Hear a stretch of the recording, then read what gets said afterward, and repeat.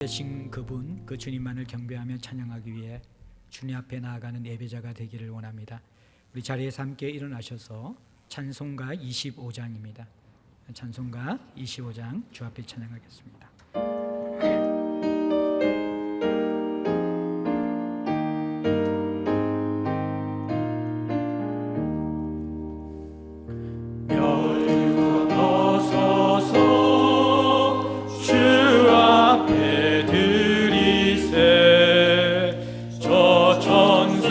기쁜 노래가 온 땅에 퍼지는 내 혼아 깨어서 주 찬송하여라.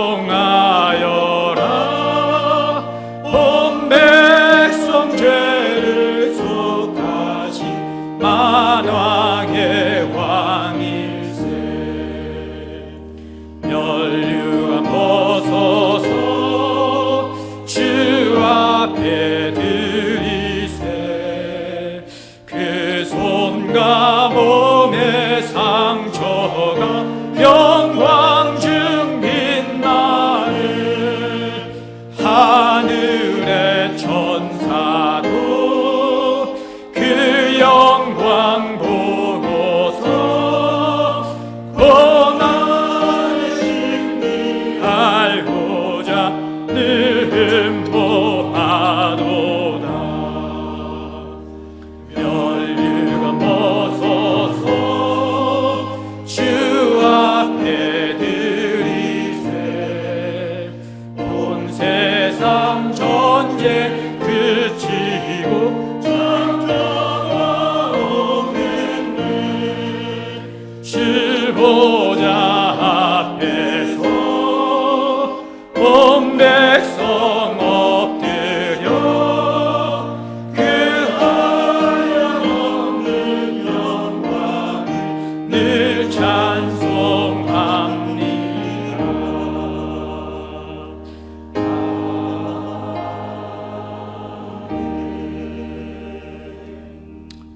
주 앞에 드릴 예배를 위하여 마음을 모아 기도하기 원합니다. 우리 인생 최고의 가치이신 하나님 앞에 우리의 전 존재를 드리는 신령과 진정의 예배가 될 수 있도록 하나님 우리를 정결케 하여 주옵소서. 찬양과 기도와 말씀의 시간에 우리가 다른 그 무엇것보다 살아계신 하나님을 만나는, 하나님과의 만남이 있는, 임재가 있는 예배의 자리가 될 수 있도록 하나님 성령으로 이 예배의 공간을 덮어 주옵소서. 우리의 영혼이 하나님 앞에 온전히 집중하여 하나님만을 예배하는 예배자로 세워지게 하여 주옵소서. 주님의 만지심과 회복과 일으켜 세우심을 경험하는 예배자가 되게 하여 주옵소서. 하나님 이 모든 예배를 성삼위 하나님만이 영광 받으시는, 하나님이 주인 되시는 예배로 하나님 이끌어 주옵소서. 우리 함께 주 앞에 드릴 예배를 위해서 기도하기 원합니다. 하나님 아버지 감사드립니다. 하나님 우리 인생 최고의 가치인 하나님 앞에 하나님을 경배하며 하나님을 높이기 위해 예배자로 서기를 원합니다. 하나님 우리를 하나님 앞에 예배하기에 합당한 자로 빚어 주옵소서. 우리를 정결케 하여 주십시오. 보혈로 성령으로 깨끗하게 하여 주시고 하나님 우리가 영과 진리로 성령 안에서 진리를 가지고 예배하는 자들이 되게 하여 주옵소서. 이 예배 공간을 성령님 덮어주시어서 우리가 찬양할 때, 우리가 기도할 때, 주의 말씀을 묻을 때 하나님을 만나는 자리가 되게 하여 주옵소서. 하나님의 임재가 가득한 자리가 되게 하여 주옵소서. 하나님 당신의 얼굴을 우리에게 비추시는 자리가 되게 하여 주시옵소서.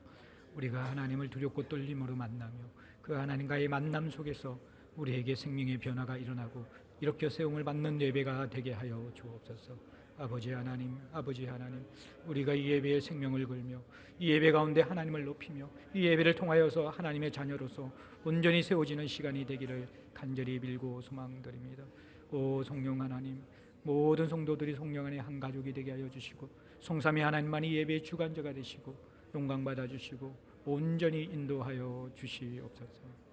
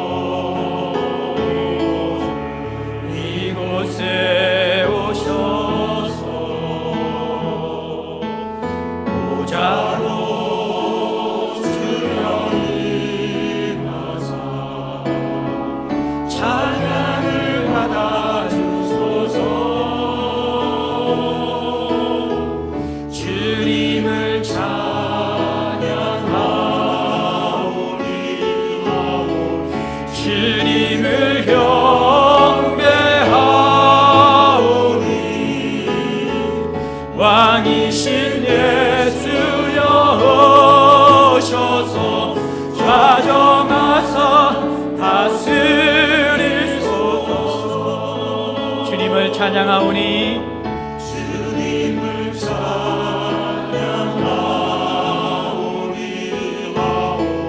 주님을 경배하오니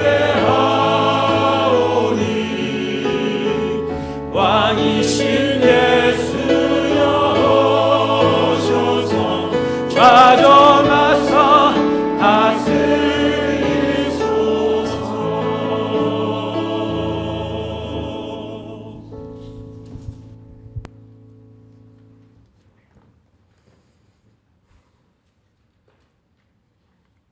하나님 아버지 감사합니다. 지난 한 주간도 각각의 처소에서 참 분주하게 살았습니다. 그 분주한 삶들이 얼마나 하나님 중심이었으며 성경 중심이었는지 돌아보게 하시고, 이 시간 분주한 삶들을 내려놓고 하나님을 바라보며 하나님께서 우리에게 하시고자 하는 미세한 음성에 귀를 기울이며 선하시고 기뻐하시고 온전한 뜻이 무엇인지 분별하는 귀한 예배 시간으로 들어갈 수 있도록 도와주옵소서. 날마다 감격하며 살아도 부족할진데 늘 우리는 불평불만에 젖어서 살아갈 때가 많이 있습니다. 이 시간 모든 것을 내려놓게 하시고 참 최고의 가치를 하나님께 드리는 귀한 예배 시간 될 수 있도록 도와주옵소서. 하나님, 이곳에 제자들 교회를 세워주셔서 감사합니다. 이곳에 우리들을 불러주시고 특히 어린 자녀들과 청소년들을 불러주셔서 이곳에서 신앙훈련 받으며 말씀 가운데 자라나게 하셔서 감사를 드립니다. 우리가 이 자녀들을 잘 훈련시킬 수 있도록 하나님 우리들의 욕심을 내려놓게 하시고 하나님 말씀으로 훈련시킬 수 있도록 우리를 먼저 훈련시켜 주시기를 원합니다. 아버지 하나님, 이곳에 청년들을 주셔서 감사합니다. 참 젊은이들이 많은 이곳에 하나님께서 오셔서 그들의 가치관들을 하나님 중심으로 세워주시고 참 그들이 험한 이 땅에서 여러 가지 소망과 꿈을 버리지 아니하고 하나님 나라를 세워가며 인생을 이야기하며 참 훈련되어 줄 수 있도록 도와주옵소서. 이 나라 이 민족과 조국의 교회를 위하여 하여야 할 일들을 잘 감당하는 귀한 청년들 될 수 있도록 도와주옵소서. 이곳에 우리들이 함께 하여야 할 일들을 잘 감당할 수 있게 하시고 참 보내주신 귀한 부모님과 어른들 하나님 우리가 잘 지켜나갈 수 있도록 은혜 주시옵소서. 우리가 무지하고 버릇이 없어서 잘 알지 못하여 혹시 실망시켜드리지 않게 하시고 외롭지 않게 하시고 하나님 은혜 가운데서 함께 나아갈 수 있도록 도와주시기를 원합니다. 아버지 하나님, 참 제자들 교회에 믿지 아니하는 자들 보내어 주옵소서. 그래 하여 참 이곳에서 하나님을 영접하고 우리와 함께 구원의 자리에 들 수 있도록 도와주옵소서. 참 믿는 자들에게 더욱더 깊은 믿음의 자리에 들게 하시고 하나님의 나라를 바라보며 살아갈 수 있도록 도와주시옵소서. 아버지 하나님, 옛날 아굴이 들었던 기도가 우리의 기도가 되어지게 하옵소서. 우리로 하여금 거짓과 허탄한 말을 버리게 하시고 우리로 하여금 가난하게도 마옵시고 부하게도 마옵시고 일용할 양식 주시고 필요한 양육비 주시기를 원합니다. 우리가 배불러서 하나님을 모른다 여호와가 누구냐 할까 두려우며 우리가 너무 가난하여 도적질하며 하나님을 욕되게 할까 두려우니 우리에게 하나님 아구리 기도가 나의 기도가 될 수 있도록 우리에게 믿음을 지켜나갈 수 있도록 하나님 은혜를 베풀어 주옵소서. 하나님, 참 제자들 교회가 새로운 공간 이전을 준비하고 있습니다. 오랜 시간 동안 둔촌교회에서 누렸던 그 믿음의 시간들을 하나님 새로운 곳으로 옮겨오기를 원합니다. 단순히 장소가 옮겨지고 위치가 옮겨지는 것이 아니라 내 집은 만민이 기도하는 집이라고 하였사온데 기도의 집이 되어지게 하시고 새로 옮겨진 곳에서 교제의 깊이가 더하여지시고 귀한 자녀들이 훈련되어지는 귀한 장소로 사용되어 줄 수 있도록 도와주옵소서. 한 사람도 방관하지 아니하고 무관심하지 아니하고 뜻을 모으고 힘을 모아서 하나님의 전으로 우리가 잘 사용할 수 있도록 하나님 도와주옵소서. 그곳에 말씀의 깊이가 더하여지고 참 함께 모여서 주의 나라를 바라보는 자들이 함께 기뻐할 수 있도록 도와주옵소서. 이러한 일들을 위하여 준비하는 기도팀과 리모델링 팀과 여러 준비팀들 위해 은혜를 더하여 주시고 하나님께서 함께하여 주시고 인도하여 주옵소서. 하나님, 참 우리 교회를 통하여 각각 세계 곳곳에 말씀이 전해지게 하시고 또 방방 곳곳에 선교사님들 나가 있습니다. 참 이 시간 하나님께서 함께하여 주시고 같은 은혜 누리게 할 수 있게 하시며 참 그들로 통하여 우리가 가지 못하지만은 말씀이 그곳에 전하여질 수 있도록 함께 기도하는 시간 될 수 있도록 도와주옵소서. 이 교회에 많은 직분자들 세웠습니다. 목사님과 전도사님과 장로님과 여러 집사님들 세워사오니 그들이 마땅히 하여야 할 일들을 잘 감당하게 하시고 힘을 모아서 하나님의 나라를 세워갈 수 있도록 지켜주옵소서. 오늘 또 목사님을 통해서 우리에게 하시고자 하는 말씀 마음껏 부으시고 우리가 참 아멘으로 받게 하시며 그 말씀을 통하여 위로가 되어지게 하시고 은혜가 되어지게 하시고 하나님의 나라가 더욱더 강건해지도록 도와주옵소서. 하나님, 예배 시장을 시작하여 사오니 마치는 시간까지 하나님께서 함께해 주실 줄로 믿사옵고 모든 말씀 예수 그리스도 이름 받들어 기도드리옵나이다. 아멘.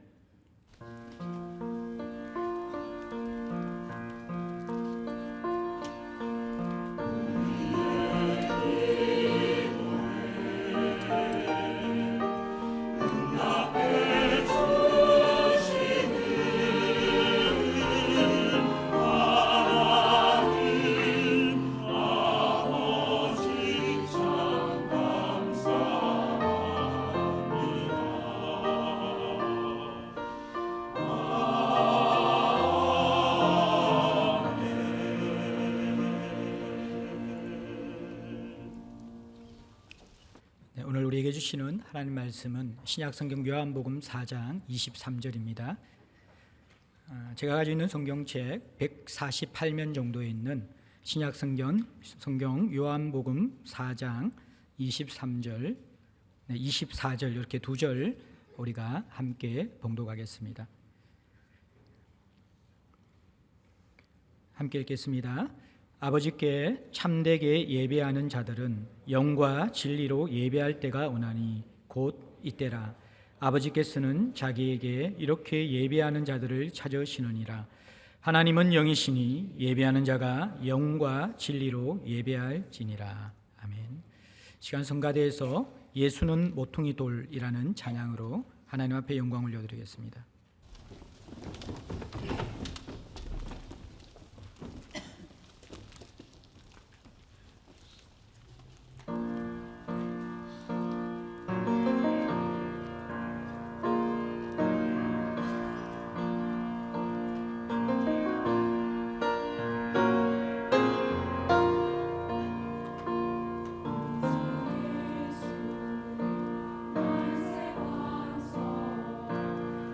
주의 시야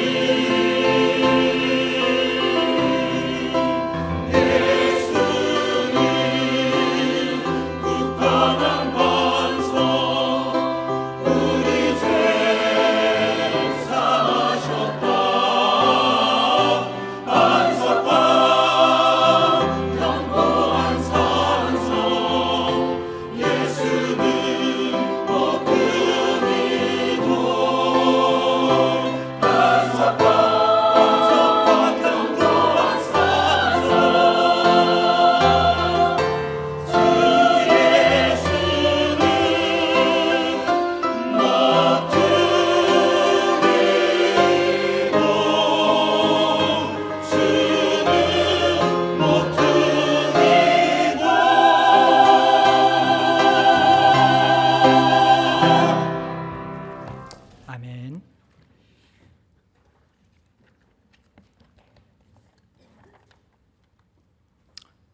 사람들은 자기 인생에 가장 가치 있는 것에 시간과 마음과 에너지를 투자한다라고 말씀드렸습니다.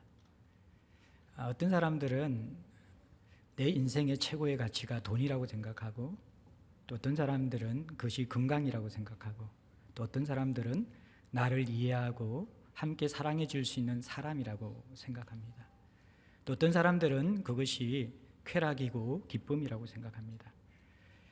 자기가 생각하는 최상의 가치의 사람들은 자신의 인생을 던지는 것이죠. 성도는 우리가 살아가는 인생의 최고의 가치를 하나님이라고 생각하는 사람입니다. 그래서 이 예배의 자리는 최고의 가치이신 하나님을 하나님답게 높여드리는 것, 그것이 바로 성도가 드리는 예배의 자리라는 것입니다. 최고의 가치이신 하나님을 최고로 인정하는 그 예배자를 하나님께서 오늘날도 찾고 계십니다. 이 예배는 우리의 신앙의 중심이 되는 것이죠. 하나님을 영화롭게 하고 하나님을 경배하며 하나님을 온전히 섬기는 자들, 그들에게서부터 하나님께서 생명과 회복과 치유의 역사를 일으켜 가시기 시작합니다. 성경에는 하나님이 찾으시는 많은 사람들이 있거든요. 가난하고 궁핍한 자들도 하나님께서 세상을 유심히 살피시면서 찾아서 돕기를 원하시는 자입니다. 또 마음이 상하고 인생의 모진 고통과 상처를 끌어안고 살아가는 그 신음하는 자들도 하나님께서 세상을 두루 살피시면서 찾으시는 자들입니다. 그리고 자신의 죄의 문제로 고통하며 하나님 앞에 몸부림치는 회개하는 죄인들도 하나님께서 찾으시는 자입니다. 그러나 성경에서 하나님이 찾으시는 가장 중요한 사람, 그 한 사람은 바로 하나님을 예배하는 사람입니다. 오늘 요한복음 4장 23절에 아버지께서는 이렇게 자기에게 예배하는 자들을 찾으신다, 그렇게 말씀하고 있습니다. 그런데 이 사람들은 하나님을 향한, 하나님을 갈망하도록 그 형상으로 창조되었지만 또 한편으로 죄로 말미암아 하나님의 얼굴을 피하여 숨고 하나님을 두려워하고 불편하게 여기는 존재가 되었습니다. 그래서 하나님은 예배자를 찾으시지만 많은 사람들은 하나님의 얼굴을 피하여 숨고 있습니다. 복음송 가운데 주를 위한 이곳에라는 찬양이 있습니다. 그 찬양을 보면요, 하나님께서는 이 예배하는 가운데 주님 앞에 예배한 자를 간절히 찾으시는데 주님께서 그 찾으시는 예배자가 없어서 슬퍼하신다라는 내용이 들어가 있습니다. 많은 사람이 모몬 예배의 자리에 나와 있지만 하나님을 중심을 다하여 하나님을 찾는 예배자로서 예배에 임하지 못하고 있다라는 것입니다. 오늘 저는 여러분과 함께 지난 시간에는 이 예배가 인생 최고의 가치이기 때문에 이 최고의 가치를 우리가 최고의 가치로 인정하기 위해서 모조품 가치, 거짓된 가치를 깨트리고 하나님을 하나님 앞에 하나님답게 섬기기 위해서 주님 앞에 싸움하는 자리, 전쟁하는 자리가 예배라고 말씀드렸죠. 오늘은 제가 여러분과 함께 하나님이 그토록 간절히 찾으시는 예배자의 참된 모습이 무엇인가를 여러분과 함께 나누기를 원합니다. 먼저는 그 하나님이 찾으시는 예배자는요, 하나님과의 살아있는 만남이 있는 살아있는 예배를 드리는 자입니다. 많은 사람들이 이 예배 시간을 참고 견딥니다.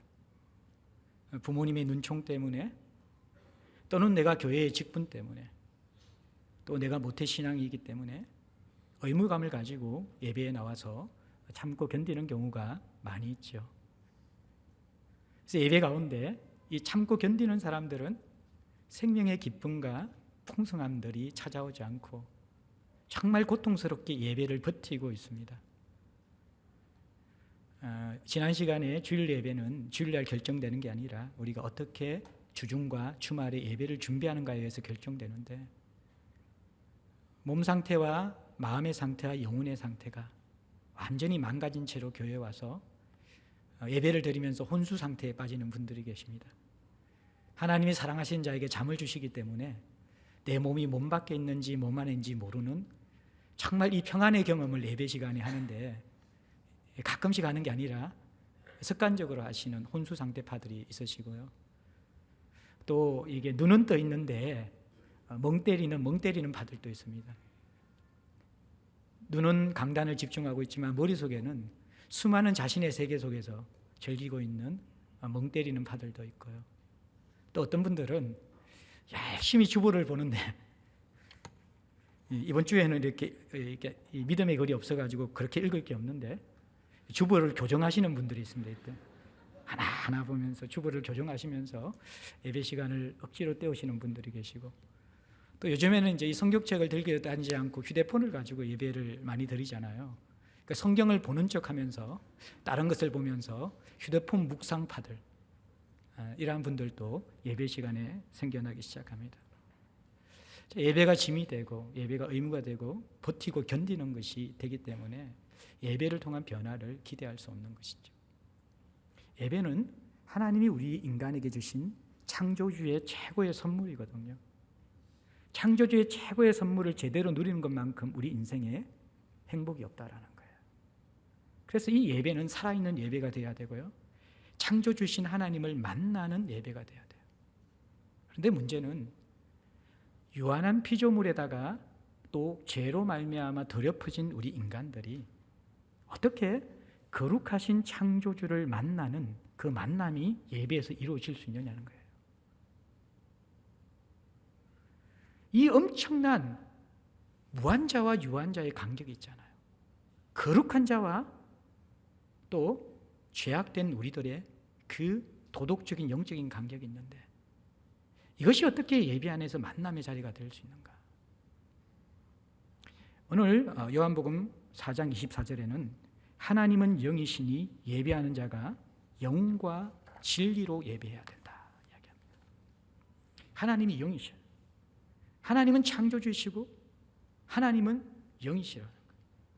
그 영원한 영이신 하나님을 만나는 피조물, 어떻게 만날 수 있을까요? 영과 진리로 예배해야지 살아있는 예배, 하나님과의 만남이 있는 예배가 되는 거예요. 이것은 바로 살아있는 예배를 드리기 위해서는 성령으로 예배해야 한다는 거예요. 성령으로, 성령 안에서.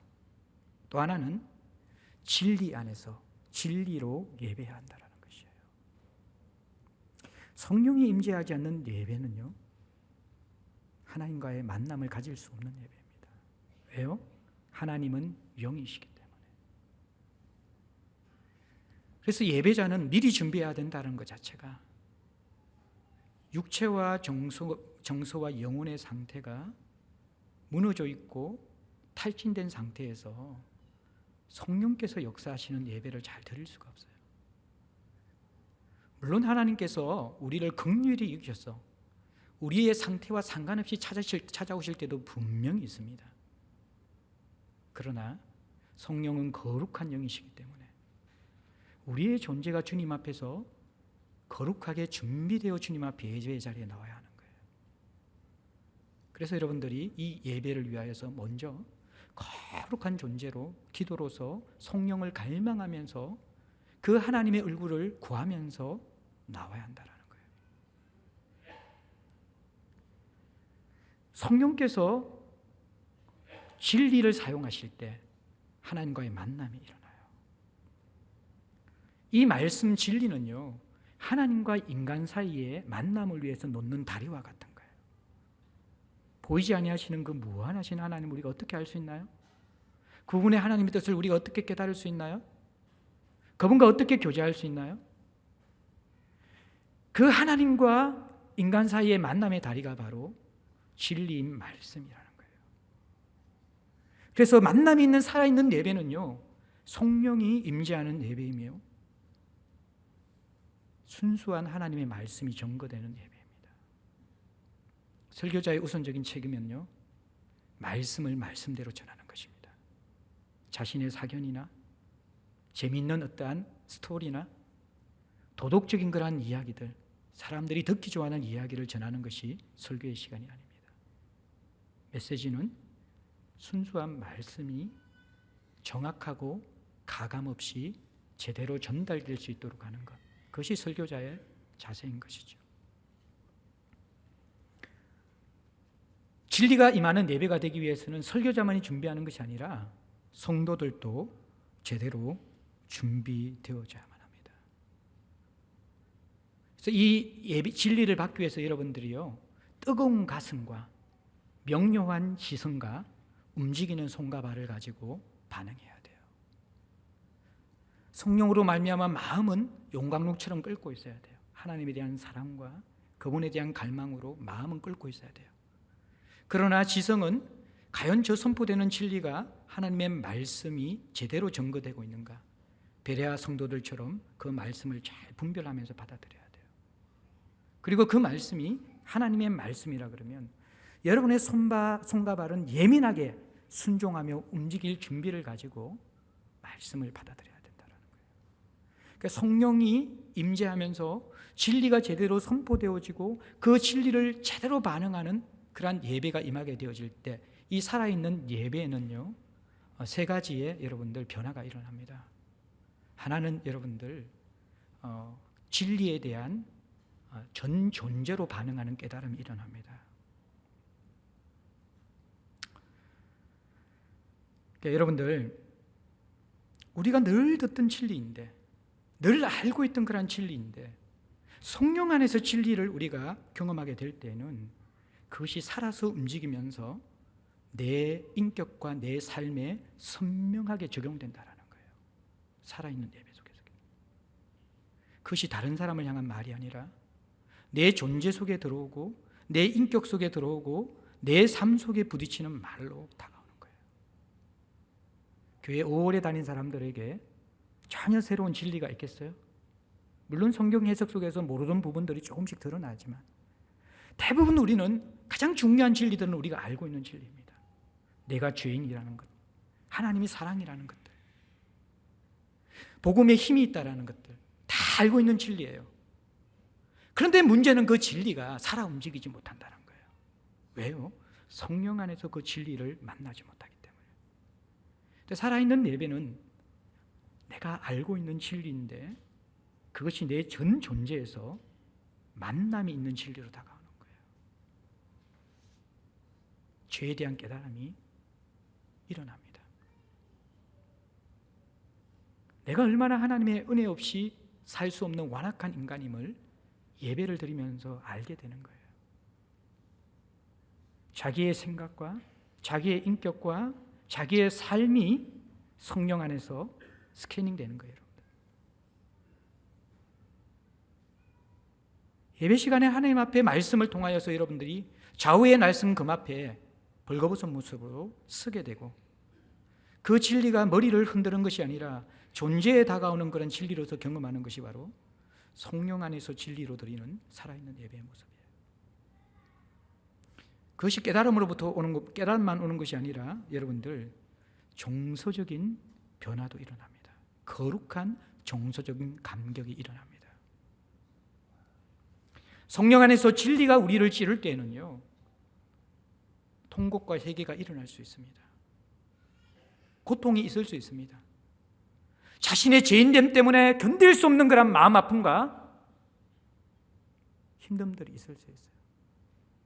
그래서 어떤 예배는요, 여러분들이 마치 실험을 한 것처럼 온 힘을 다하여서 무엇인가 싸우고 온 것처럼 온몸이, 온 존재가 탈진될 때가 있어요. 내 죄와 내 연약함과 내 속에 있는 이 하나님을 대적하는 가치관을 가지고 하나님 앞에 서게 되어질 때 우리는 실험하면서 예배를 하는 거예요. 정서가 탈진될 수 있어요. 또 어떤 경우에는 우리가 하나님의 말할 수 없는 은혜와 사랑과 감격들이 우리 가운데 몰려오면서 성령 안에서 통곡하고 그 통곡이 우리에게 어떠한 억울함이나 내 인생의 고통에 대한 그런 눈물이 아니라 어떻게 하나님이 나를 이렇게 사랑하시는가? 나 같은 인간을 포기하지 않으시고 어떻게 하나님이 나를 이렇게 붙들고 계시는가? 그 하나님의 물밀듯한 은혜와 사랑 앞에 우리 존재가 녹아내리는 통곡을 할 수 있다는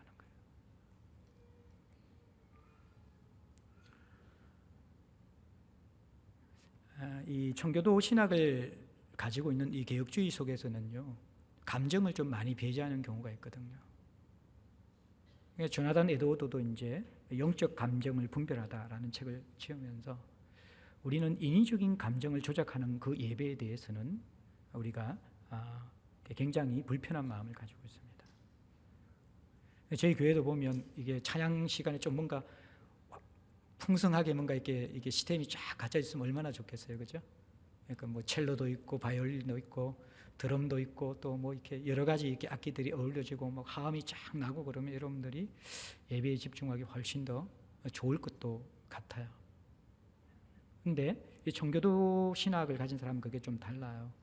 그 사람들은 굉장히 음악성이 뛰어난 사람들인데 예배 시간만큼은 반주도 피아노 하나로만 가지고 하고 또 찬양을 할 때 하음을 놓지 못하도록 합니다. 그리고 인위적인 정서를 조작하지 않는 것이죠. 조명도 좀 여러분들 약간 이렇게 백열등 켜놓고 드라이 아이스도 조금 이렇게 풍겨 나오고 저도 흰 옷을 쫙 입고 예? 기도시킬 때 쫙 피아노 이 오르간 반주가 쫙 깔리면서 저도 이제 뭐 목소리가 안 좋아서 안 되겠지만 쫙 깔리는 목소리로 여러분들을 쫙 이렇게 하면요 사람들이 정서가 동하는 거죠. 그래서 촛불 몇 개 더 같이 켜놓으면 완전히 이렇게 사람들이 정서적으로 동요할 수 있을 거예요. 근데 성경은 그런 인위적인 정서 조작을 위험하다고 이야기해요. 그래서 저희 교회가 이렇게 예배 때 기도시켜 놔놓고 반주도 안 해주잖아요.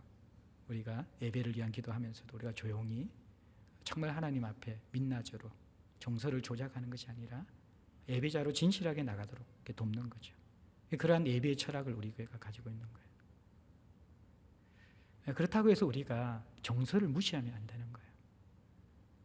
이렇게 순복음이나 기도를 많이 하는 또 찬양 집회가 뜨거운 곳에서 보면요, 이분들은 찬양할 때는 막 벅찬 간격이 있다가 설교 들 때 다 졸아요. 우리 교회는 예배가 설교 시간인 줄 알아요. 그래서 찬양 시간에는 한 5, 60%밖에 안 와요. 설교 시간에 대부분 다 집중하는 거죠. 제가 이 하나님이 지정의의 균형을 맞췄기 때문에 살아있는 예배에는 정서적인 채워짐도 있어야 돼요. 제가 저번에도 한번 말씀드렸지만 참 제가 이 예배가 이것이다라는 충격과 깨달음을 준 것이 우리 이청자 사모님이시거든요. 세일을 위해서 기도하시고 난 다음에 대화를 나누면서 목사님 제가 기도하는 것은 우리 교회가 새벽 기도나 예배 마치고 나서 청소할 때 휴지가 한 야카 실려 나오는 거라는 거예요. 그 휴지가 나오는 이유가 여러분들이 뭐 이렇게 더러운 먹다가 이렇게 닦고 그런 게 아니라 하나님 앞에 예배될 때 그 벅찬 감격 때문에 어떤 사람은 그게 회개의 눈물이고 어떤 사람은 그 감사와 은혜의 눈물 때문에 펑펑펑펑 울어가지고 예배 마치고 나면 모임이 마치고 나면 휴지가 한 야카 나오는 교회. 이것이 여러분들 하나님을 만나는 예배라는 것이죠. 그리고 이 살아있는 신령과 진정의 예배를 드리고 나면요, 손과 발이 움직이는 삶의 변화가 일어납니다. 사랑하는 사람을 만나고 나면요, 그 사람을 위해 더 귀한 것을 주고 싶어 합니다. 성령과 진리 안에서 예배를 드리고 나면요, 우리의 인격에 대한 도전이 오고요, 우리의 손과 발에 대한 도전이 오는 거예요. 그리고 진정한 예배는 예배 이후에 시작되는 거예요. 손과 발이 움직이게 되어져 있어요. 여러분들은 예배를 버티는 자들입니까? 예배에서 하나님을 만나면서 그 감격과 순종, 새로운 깨달음이, 전 존재의 깨달음이 임하는 자들입니까?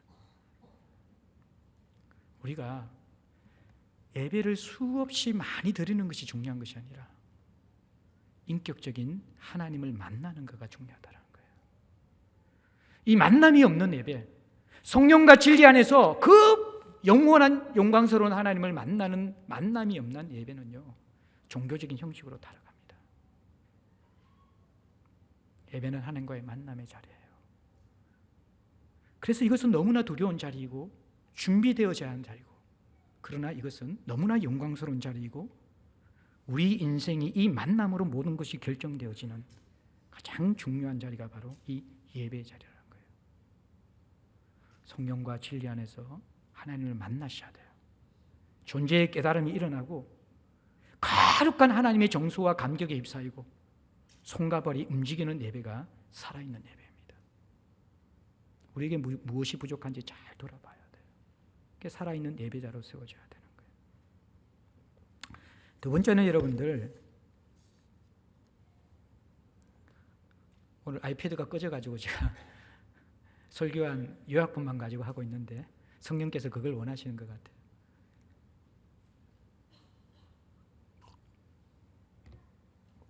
삶의 어떤 순간에도 여러분들이 예배하는 자가 되셔야 돼요. 하나님이 찾으시는 예배자는요, 살아있는 예배를 드릴 뿐만 아니라 삶의 모든 순간에 예배하는 자가 되는 거예요.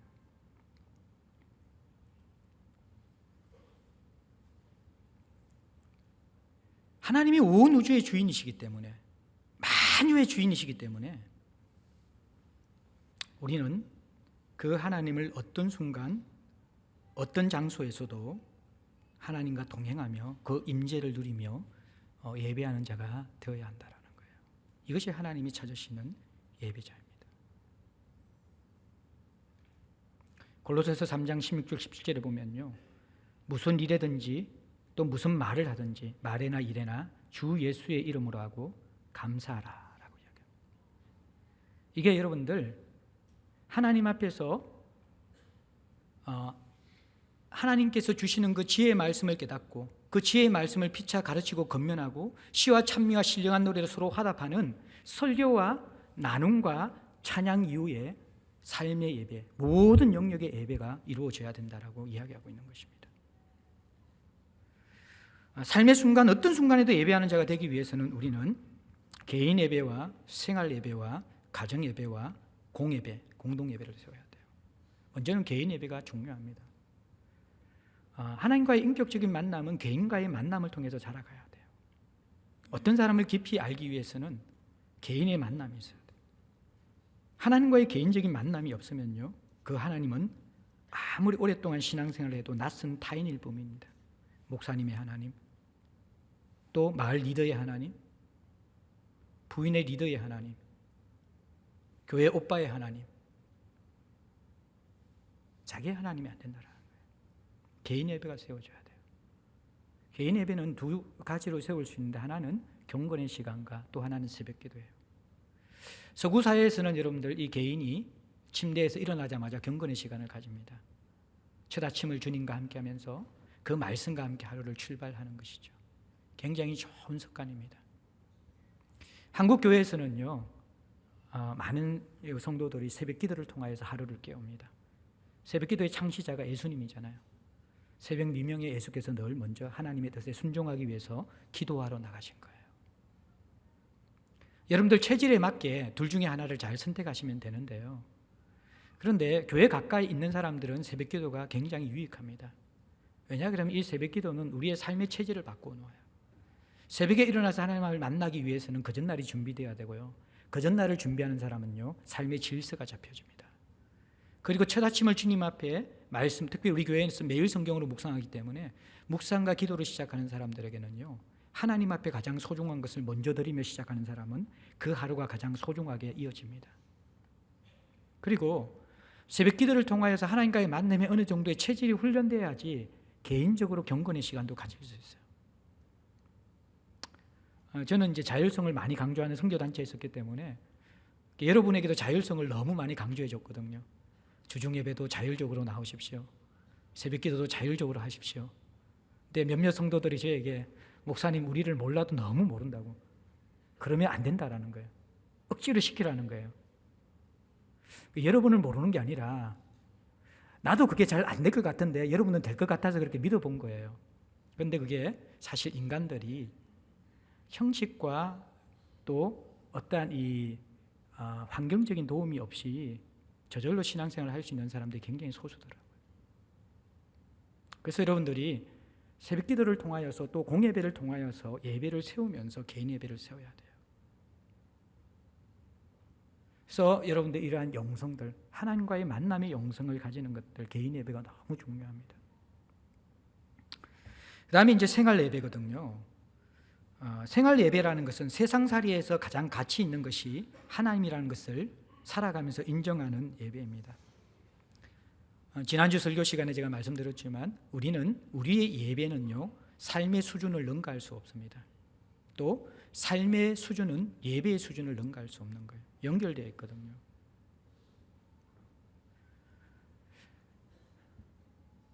개인 예배와 생활 예배가 없는 사람들의 주일 예배는요, 무력화될 가능성이 굉장히 많이 있습니다. 우리는 예배하기 위해서 생활해야 되고요, 또 생활하기 위해서 예배를 세워야 돼요. 그래서 일상의 생활 예배를 여러분들 살아가셔야 돼요.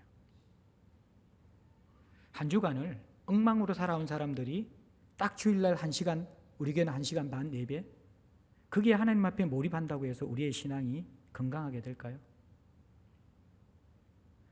일주일을 하나님 앞에서 실험하면서 하나님과 동행하며 다윗의 호칭처럼 하나님 마음에 합한 사람이 된다는 것은 모든 삶의 순간을 하나님께 묻고 하나님의 뜻 안에서 살아가는 삶을 사는 것. 무슨 일을 하든지 죽게 하듯 하고 어떤 사람을 만나든지 주를 대하듯 하는 그 삶들이 습관화되는 것을 의미하는 것이거든요. 제가 보니까요, 영혼이 쑥쑥쑥쑥 자라는 사람들의 비결은 바로 하나님과 자주자주 동행하고 묵상한다라는 거예요. 오랜 시간이 지났는데도 영적인 성장이 없는 사람들의 중요한 특징은요, 주일 예배, 그것이 그들이 드리는 예배의 전부라는 것입니다. 운동도 있잖아요. 일주일에 한 번 딱 축구 좋아한다고 축구만 한다고 해서 체력이 길러지는 게 아니잖아요. 매일매일을 운동해야지 그것이 축적되는 것이죠. 개인 예배와 생활 예배가 없이 주일 예배만 드려지면 신앙이 굉장히 여러분들 왜곡될 가능성이 많이 있습니다. 제가 청년사역을 하면서 아이들을 22년 지도하면서 느꼈던 것들은요, 아무도 보는 이 없을 때 당신은 누구인가? 홀로 있는 시간, 그리고 일상에서 경건의 훈련이 되지 않는 사람들은요, 점점 이 예배나 수련회에 더 자극적이고 강력한 영향력을 원하는 거예요. 자기는 가만히 있으면서 더 파워풀한 설교를 원하고 더 강력한 프로그램을 원하는 것이죠. 마치 우리가 어떤 약에 내성이 생긴 것처럼 중독이 걸려지는 거예요. 점점 자극적이고 점점 뭔가 파워풀한. 그래서 자기는 그대로 있는 거예요. 그것을 조금 느끼고 그 다음 단계에 들어가는 사람들은요, 자기 자신에 대한 실망 때문에 참된 예배자가 되지 못합니다. 어차피 내가 무너져 살 건데, 나를 기만하는 것이고 하나님을 기만하는 것이고, 살아있는 예배자가 될 생각을 하기보다도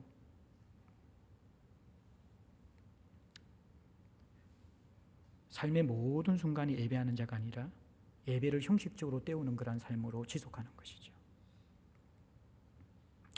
제가 축도 때마다 3터 1터를 강조하는 이유가, 개인 영성을 강조하는 이유가, 그게 없으면 공예배는 세워지지 않습니다.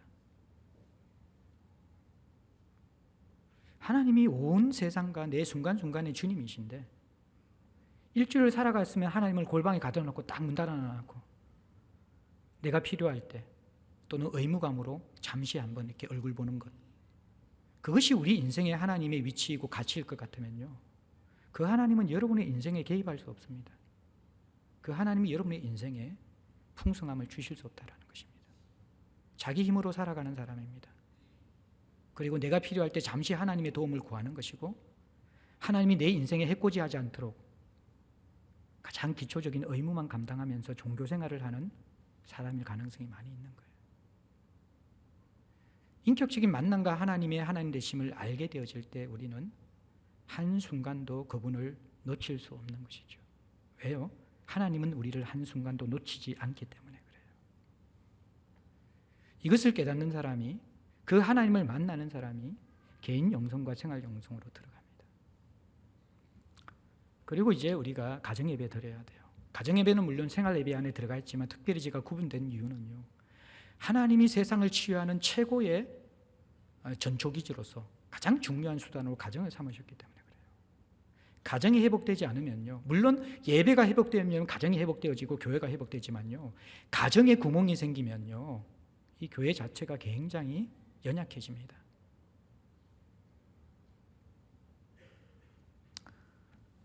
가정 예배는 가장이 결단해야 돼요.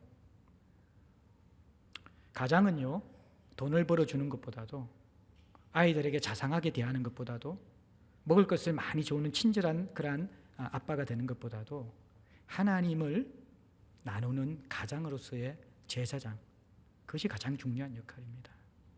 하나님이 본래 이 가장에게 그 역할을 주신 거예요, 리더로서. 근데 이 가장들이 쉽지 않죠. 왜냐 그러면 내 영성이 이 분주한 삶을 살면서 자녀들에게 믿음의 유산을 줄 만한 그러한 그릇이 되지 못하고, 또 바빠요 다들. 집에 들어와서 TV 볼 시간과 다른 취미생활 할 시간은 있지만 예배 드릴 시간은 어려워요. 시간의 문제기보다도 그것이 부담스럽고 거북한 것이죠. 내가 준비되지 못했고 가족들이 준비되지 못했기 때문에. 가정의 가장이 이 가정 예배를 통해서 가족을 하나님 나라로 초대하지 않으면요, 자녀들이 건강하게 자라날 수 없어요. 일주일에 한두 시간 드리는 교회 학교에서 그 아이들의 인생을 책임집니까? 아이들의 사교육과 학원과 가해 선생님이 그 아이들의 인생을 책임집니까? 학교 선생님이 그 아이들의 인생을 책임집니까? 그 아이들의 인격과 영성은 부모님, 특별히 그 가운데 아버지가 책임지는 거예요. 그것을 위해서 우리가 이 부분에 대해서 중요성을 깨닫는 것이 필요하고, 물론 우리가 다 준비되고 흠이 없는 부모가 되어서 가정예배를 인도하는 게 아니에요. 아이들이 조금 나이가 들면요, 부모를 존경하는 이유는 완벽하기 때문에 존경하는 게 아니에요. 철이 들면 부모님이 얼마나 연약하고 부족함이 많은지 알아요. 사춘기가 지나면 부모가 다 못마땅하고 그때부터 부모가 싸움 시작하잖아요. 아이들은 이미 여러분보다 여러분의 실체를 잘 알고 있어요. 예? 여러분을 신방하지 않고 아이를 신방하면 여러분을 다 알 수 있어요. 아이들은 여러분보다 훨씬 더 정확합니다. 근데 그 아이들이 부모를 존경하는 이유는요, 완벽해서가 아니라 부모가 자라갈 때 존경하는 거예요. 부모가 하나님 앞에서 진실할 때 존경하는 거예요. 그 모습을 보여주라는 거예요. 그게 아이들을 향한 최고의 유산이에요. 처음 드리기 힘들기 때문에 저희들이 지난번에 우리가 종교 예배 드리면서 오후에 가정 예배 한번 해줬잖아요. 그런 기회를 잘 활용하세요. 멍석 깔아줄 때, 같이 할 때 한번 해서. 한 번이 힘들지 한 번 하고 나면요. 그리고 이 가정 예배 드릴 때 이미 여러분들 많은 우리 교회에 가정 예배 드린 사람이 있고 TV 있잖아요. 잔소리하고 그동안 애들에게 퍼부고 싶은 것을 설교라는 또 가정 예배라는 미명하에 애들 잡는 시간으로 가정 예배를 사용하는 시간, 아이들은 가정 예배를 통해서 지옥을 맛볼 겁니다.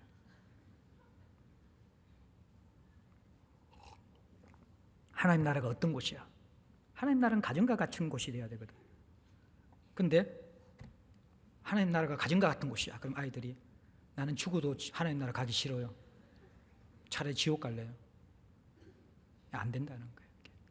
가정 예배 힘들지만 여러분들 세우고 또 여러분들 가정 예배 드린 사람들의 도움을 받으면서 한번 시작해 보세요. 정말 하나님 주시는 풍성한 선물이 있습니다. 네 번째가 공예배라는 거예요. 공예배. 이 공동예배는요, 다 연결되어 있죠. 제가 마지막 하는 이유는요, 물론 이 공동예배를 통해서 개인 예배도 세워지고 또 생활 예배도 세워지고 또 가정 예배도 세워져요. 또 역으로 있잖아요. 개인 예배와 생활 예배와 가정 예배를 통해서 공동 예배가 하나님 앞에 진정한 산제사 예배가 되는 거예요. 근데 이 공동 예배는요, 물론 다른 것들도 우리가 하나님 앞에 중심을 다하여 생명을 걸고 지켜야 되지만 이 공동 예배는 선택이 아니라 하나님께서 명령하신 것입니다. 구약에 보면 여러분들 이 안식일과 절기들은요, 지켜도 되고 지켜도 되지 않는 것이 아니에요. 그것은 생명 걸고 지켜야 되는 의무인 거예요. 편의에 의해서 이것을 우리가 조정할 수 있는 것이 아니라는 것입니다.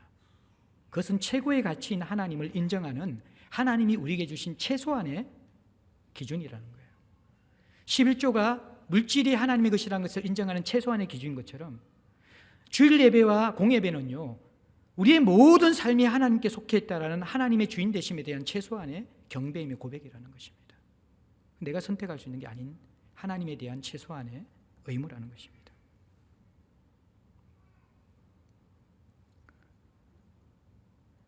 히브리서 10장 24절 25절에 보면 서로 돌아보아 사랑과 선행을 격려하며 모이기를 피하는 어떤 사람의 습관과 같이 하지 말고 오직 그나여 그날이 가까움을 볼수록 더욱 그리하자. 그렇게 이야기한 거예요. 그러니까 이 말세가 될수록 우리가 하나님을 예배하는 사람들이 무기력해지게 되어져요. 근데 이 공동 예배는요, 생명을 걸고 하나님의 명령이기 때문에 그 기준을 지켜야 되는 거예요.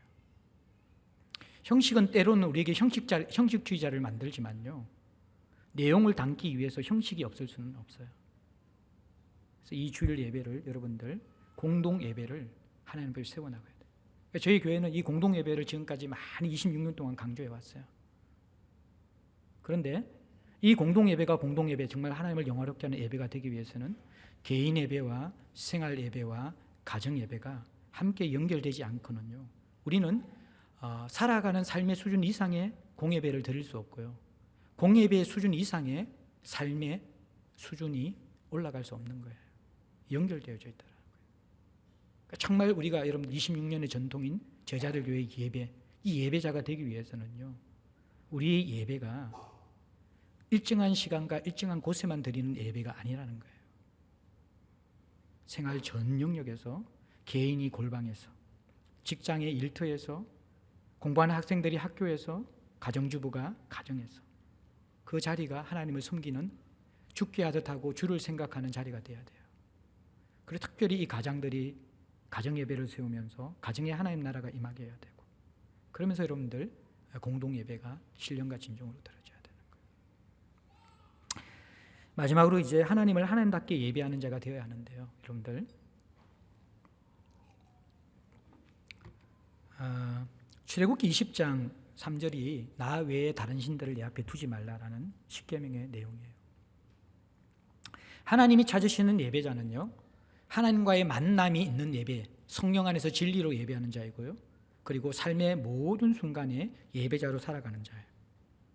그리고 또 하나님을 하나님답게 예배하는 자예요. 그러기 위해서 하나님을 하나님 앞에 가치 있도록 여기기 위해서 지난 시간에 이야기한 것처럼 다른 모든 우리의 삶의 우선순위는 격화되어지는 것, 그것이 바로 예배의 정신이고, 그 정신을 가지고 하나님 앞에 나아가는 자가 하나님이 찾으시는 예배자라는 것입니다. 오늘날 시대는 만문 숭배 시대입니다. 그러니까 말씀드렸지만 성경에서 유일하게 하나님의 라이벌을 돈이라고 이야기해요. 만문, 하나님과 맞짱 뜰 수 있는 파워를 가진 것이 세상에 유일한 게 돈이라는 거예요. 자본주의의 이 돈의 메커니즘은요, 강력한 것입니다. 이것은 우리를 이 돈을 숭배하도록 만들어요. 자본주의 사회에서는요, 돈이면 안 되는 것이 없습니다. 돈만 있으면 다 된다라는 가치를 가지고 있습니다. 그래서 여러분들 이 하나님과 만몬은요, 이것은 겸하여 섬길 수 없다라고 이야기하는 거예요. 하나를 중히 여기면 하나를 경히 여길 수밖에 없어요.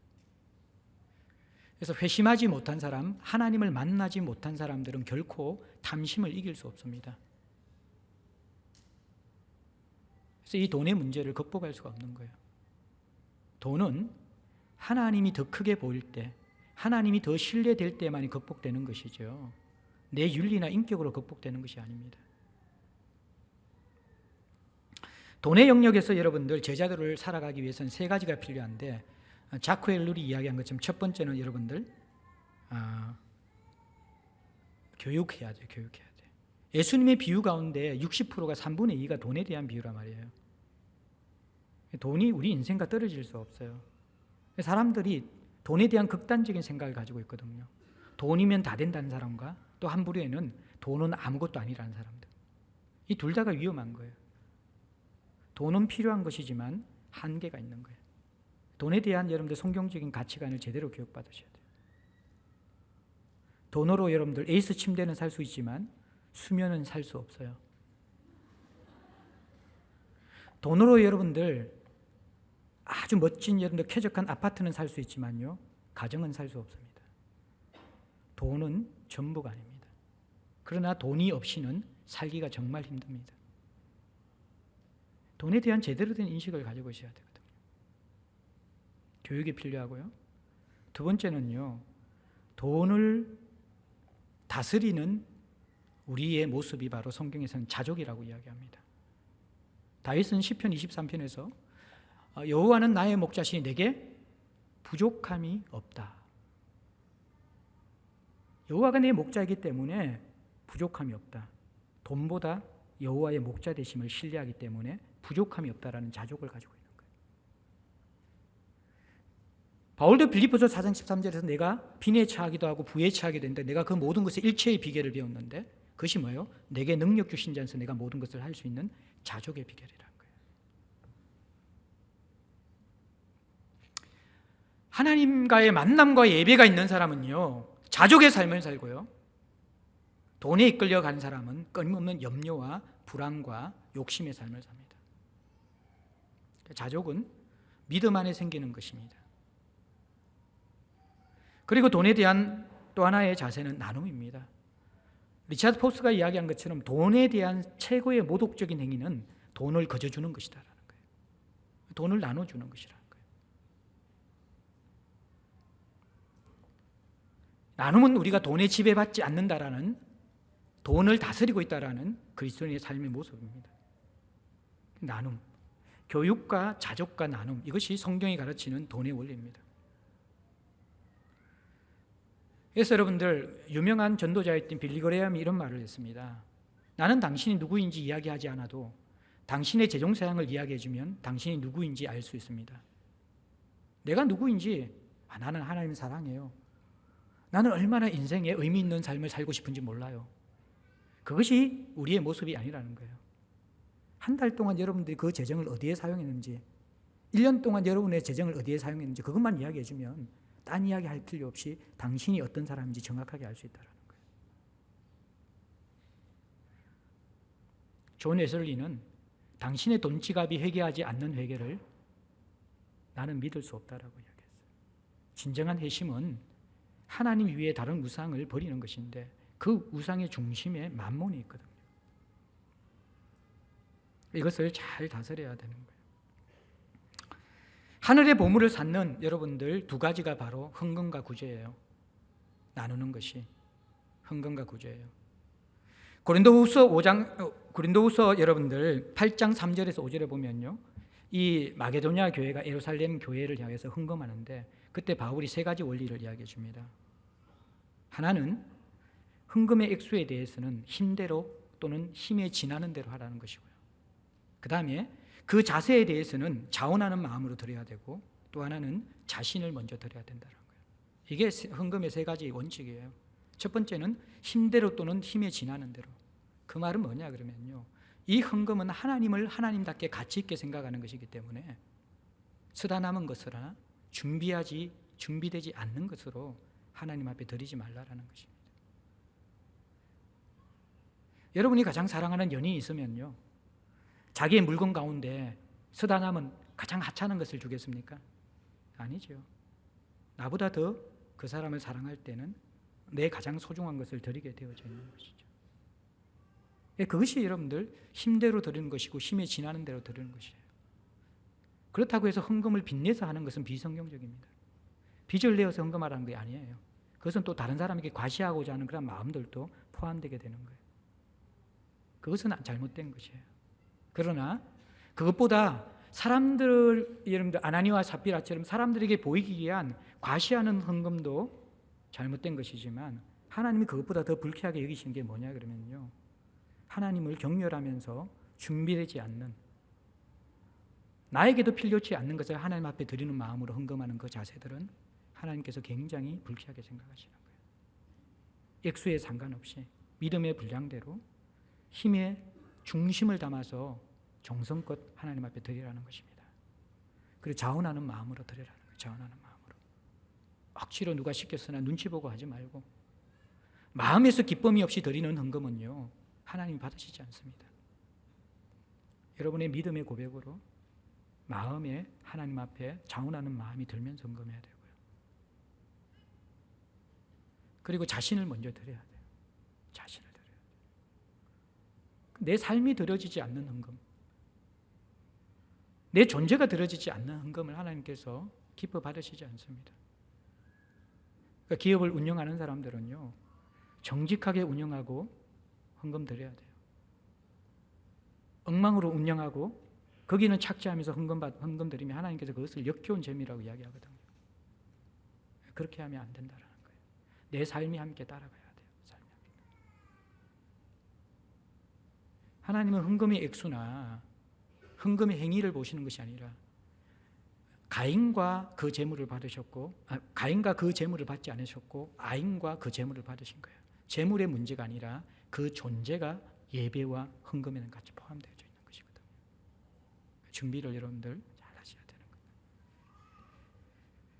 피로사회에서의 주일 성수는요, 이제 점점 여러분들 사람들이 모이기를 피하게 되어지고 주일날 온종일 교회에 있는 것에 대한 부담이 생기게 되었어요. 유행처럼 여러분들 이제 한국교회 전체가 주중 예배는 자연스럽게 사라지는 것이 되어졌고, 우리처럼 수요 예배, 금요 예배 같이 드리는 교회가 많지 않습니다. 그리고 대부분 대형 교회는 주중 예배를 오전 예배로 다 옮겼습니다. 직장 다니는 사람 너무 바쁘기 때문에 저녁 예배에 참석할 수 없다라는 거예요. 주중에 시간 있는 그런 여인들 중심으로, 그러니까 수요 예배 이런 걸 다 오전에 다 옮겼어요. 그리고 나서는 이제 주일 예배가 또 무너지는 거죠. 주일 예배 이제 저녁 예배가 오후 예배로 바뀌어지고, 또 그러면서 이 오후 예배는 선택이 아니라 필수가 아니라 선택의 상황이 되어져 버렸고, 그러니까 이제 요즘 성도들의 개념 속에서는 주일날 공예배, 오전 예배 한 번 드리는 것, 그것이 거의 주일 성수의 개념으로 점점 굳어져가는 그러한 현상이 있습니다. 물론 우리가 꼭 율법적으로 이 모든 공예배를 다 참석해야 된다라는 그 말이 아니라, 여기에서 우리가 봐야 될 게 뭐냐 그러면요, 왜 우리가 이 예배를 정하지 않냐는 거죠. 바빠서다, 피로해서다, 이것이 이유거든요. 저는 여러분들이 모든 공예배, 모든 주중예배 다 참석하라는 말은 아닙니다. 근데 과연 정말 우리의 마음의 중심에서 우리의 선택에 흐르고 있는 그러한 밑바탕에 깔려있는 문제가 무엇인가? 두 가지잖아요. 바쁘다, 피곤하다. 근데 이 바쁨과 피곤함에 대해서 하나님 주신 유일한 해결책이 무엇입니까? 그게 안식일입니다. 그게 안식일이라는 거예요. 예배를 예배답게 드리지 못하고 주일 성수를 하지 못하고 예배의 중심을 담지 못하는 것이 어떻게 보면요, 우리를 더 피곤하게 하는 거예요. 사람들이 예배를 쉬고 예배를 축소하기 때문에 삶이 더 에너지가 생기고, 여러분의 삶이 여유가 생기고, 여러분의 삶이 또 새로운 것들로 인하여서 채워지는 것이 아니라, 어떤 의미에서는요, 예배를 예배답게 드리지 못하기 때문에 예배의 실패가 사실은 가장 더 중요한 문제가 될 수 있다는 것입니다. 예배는 우리를 탈진시키는 것이 아니라 회복시키는 것으로 주신 거예요. 사람마다 이것이 다 달라요. 일주일에 정말 2-3시간 자면서 일주일을 버티며 생활하는 그런 사람들도 있어요. 그런 사람들은 하루 종일 주일 있다는 것이 정말 사형선고와 같은 거예요. 저희 등반자, 제가 이렇게 소그룹 인도하는데 한 지체는요, 토요일부터 주일 아침까지 잠 한숨 자지 못하고 꼴딱 세웁니다. 그리고 주일날 예배 나올 때마다 전쟁입니다. 자지 못한 가운데 예배에 나와야 되기 때문에. 아마 상교단하는 그런 간호사들도 마찬가지일 거예요. 근데 그분이 고백하는 게 뭐냐 그러면요, 물론 몸은 너무너무 피곤하지만 예배를 예배답게 드릴 때 채워질 때 삶이 세워지는 것이지, 무작정 쉰다고 해서 우리의 문제가 해결된 게 아니라는 거예요.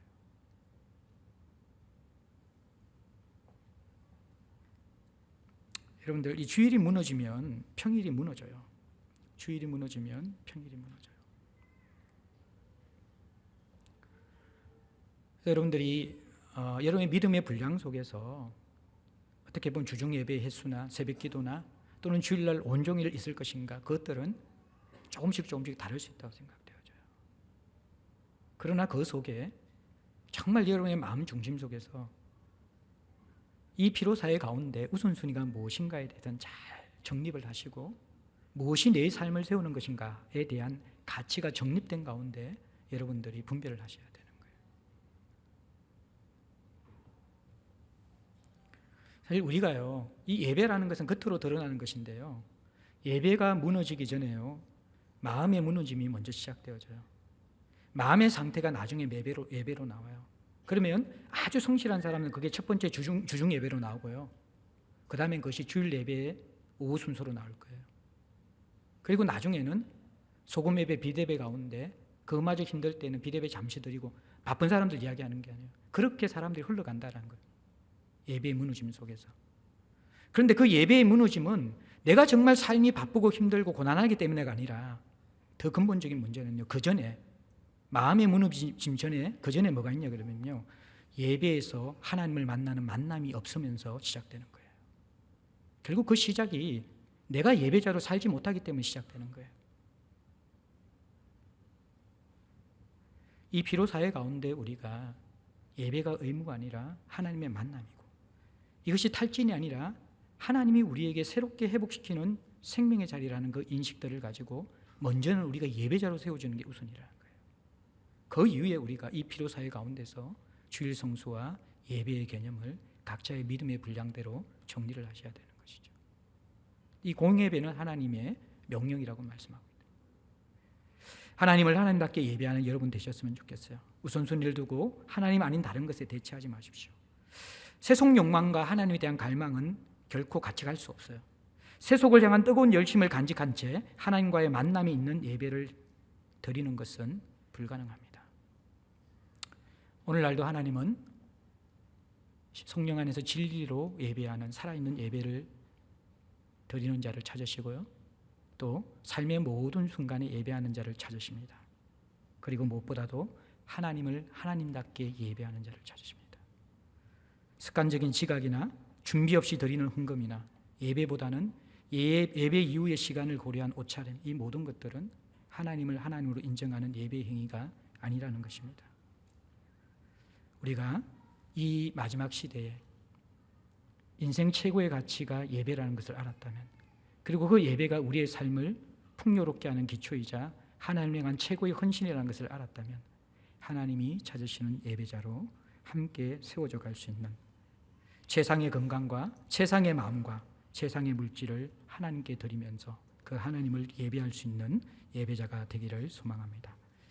우리 함께 찬양 드리겠습니다. 주를 위한 이곳에 찬양 드리면서 우리 함께 주 앞에 나가겠습니다.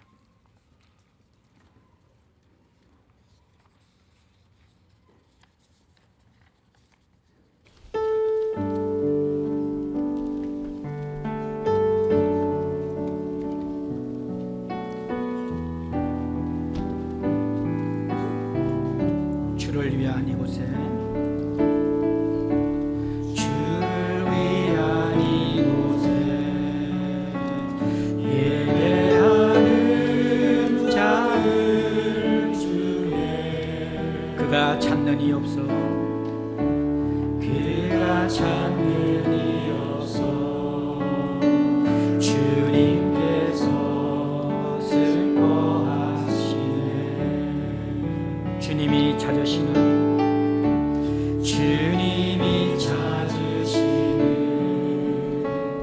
그 한 사람, 그 예배자. 내가 그 사람 되기 간절히 주께 예배하네. 주 은혜로 이곳에 서 있네. 주 임재 엎드려 절하네. 그 어느 것도 난 필요 없네. 주님만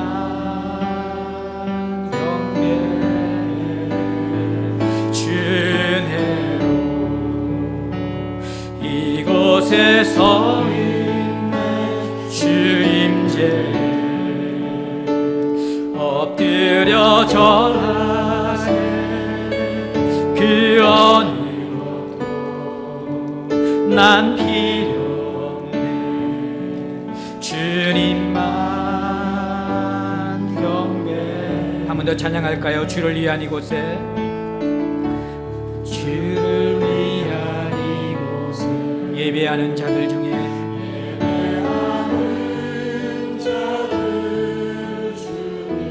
그가 찾는 이 없어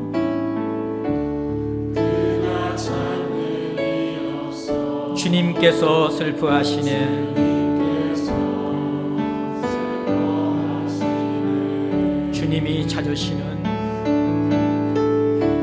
주님이 찾으시는 그 한 사람 그 예배자 내가 그 사람 되니 간절히 주께 예배하네 주 은혜로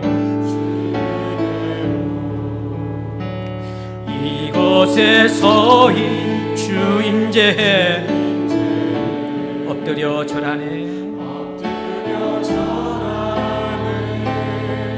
그 어느 것도 난 필요 없네 주님만 경배 주 은혜로 이곳에 서 있네 주 임재 엎드려 절하네 그 어느 것도 난 필요 없네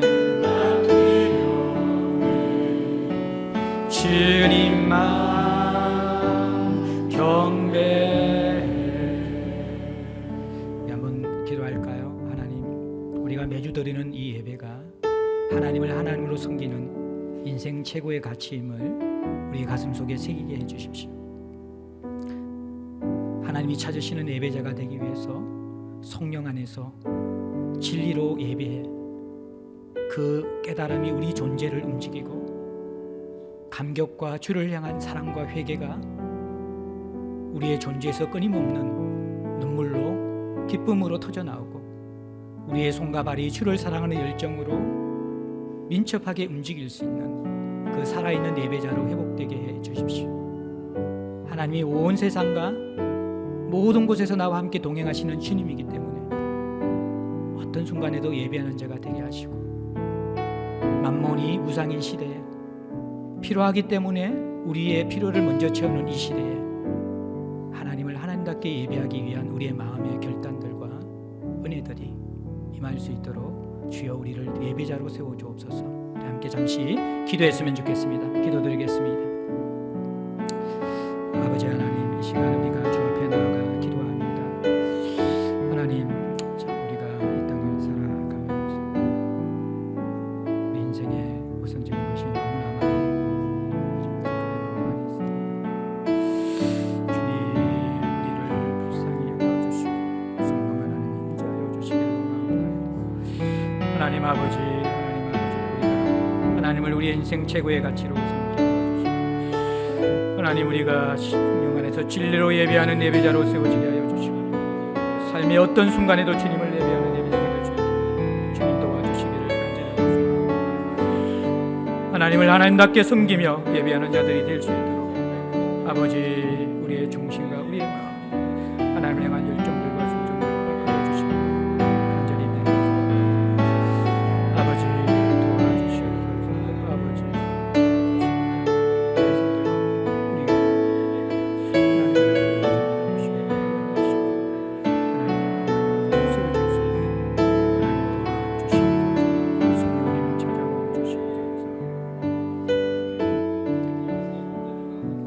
하나님 감사드립니다. 26년 동안 우리 제자들 교회가 하나님께 예배하는 것을 최고의 가치로 두게 하여 주심을 감사드립니다. 하나님, 우리가 주님 앞에 주님이 찾으시는 예배자가 되어 하나님과의 만남이 있는 살아있는 예배를 드릴 수 있도록 하나님 우리에게 은혜와 긍휼을 더하여 주시옵소서. 이 최고의 가치를 위하여 우리가 중심을 담아 주님 앞에 치열하게 하나님은 아닌 다른 것과 싸움할 수 있도록 도와주시오며, 이 만몬 숭배 시대에 이 피로 사회 속에서 그 어떤 것에도 우리가 굴하지 아니하고 하나님을 하나님답게 섬기기 위하여 주님 앞에 서는 예배자가 되게 하여 주옵소서. 이 예배가 우리에게 생명이 되게 하시고, 이 예배가 우리에게 이 인생을 살아가는 기쁨이 되게 하여 주시고, 동력이 되게 하여 주시고, 우리의 삶의 전부가 되어 하나님과 동행하는, 하나님이 온전히 우리의 인생을 이끌어 나가시는 예배자가 되게 하여 주옵소서. 모든 것 주께서 우리의 삶 가운데 역사해 주기를 원하오며, 드린 물질이 주의 나라와 영광 위에 사용되게 하여 주옵소서. 예수님 이름으로 기도하옵나이다. 아멘. 주보 뒤쪽에 교회 소식 알려드리겠습니다. 새로 오신 분들 주의 이름으로 환영하고요. 오늘 오후 예배 장년마을 모임이고, 또 다음 주일은 창립 기념 정교 예배입니다. 그래서 우리가 비대배 없이 11시 15분에 소금 예배 때 다 함께 드리고, 이때 우리 사랑스러운 아이들이 우리 유아 세례와 입교를 합니다. 여러분들 축복하기 위해서 기도하며 준비해 주시기 바라고요. 우리 오늘 오후 예배 직후에 임시 재직회가 있습니다. 여러분들 주보 안쪽에 보면 둔총 공간 본당 이전을 위한 기도 제목과 성내 본당 이전 조감도가 있습니다. 그리고 홈페이지에 들어가시면 다양한 자료들이 있는데, 공간 이전에 우리가 함께 주인의식을 가지고 기도함으로 참여했으면 좋겠고, 우리 재직들은 또 함께 이 공간을 세우는 자리에 지혜와 마음을 모아주시기 바랍니다.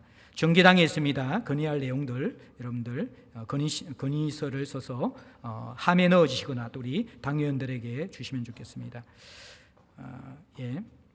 오늘 여러분들 세례 입교 유아 세례 이렇게 문답인데 그 시간을 참조하셔서 바로 밑에 2층 유아 사무실에 모여주시기 바랍니다. 여전도의 모임 오늘 있고요. 다른 강구위원들 참조해 주시고, 10월 23일에 우리가 둔촌 예배당에서 마지막 드리는 감사 예배가 있습니다.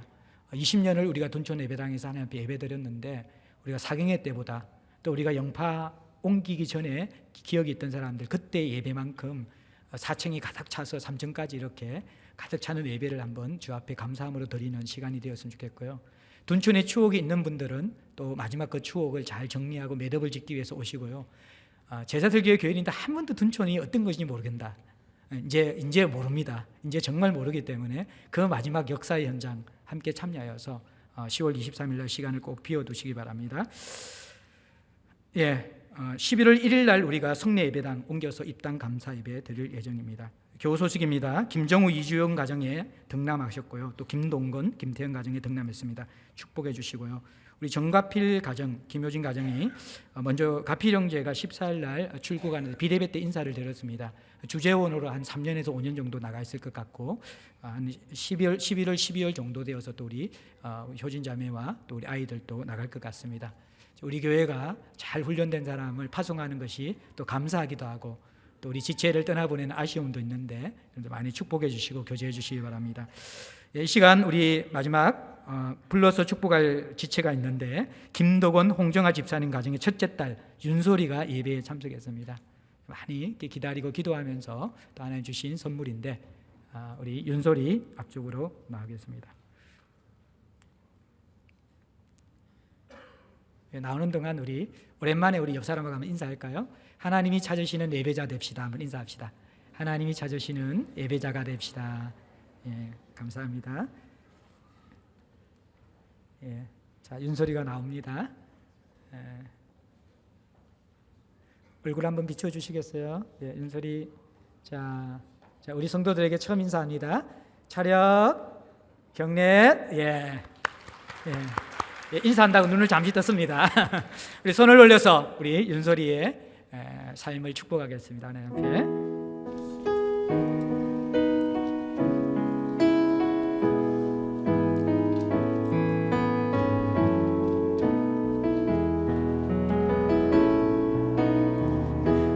당신은 하나님의 언약 안에 있는 축복의 통로, 언약 안에 있는 축복의 통로, 당신을 통하여서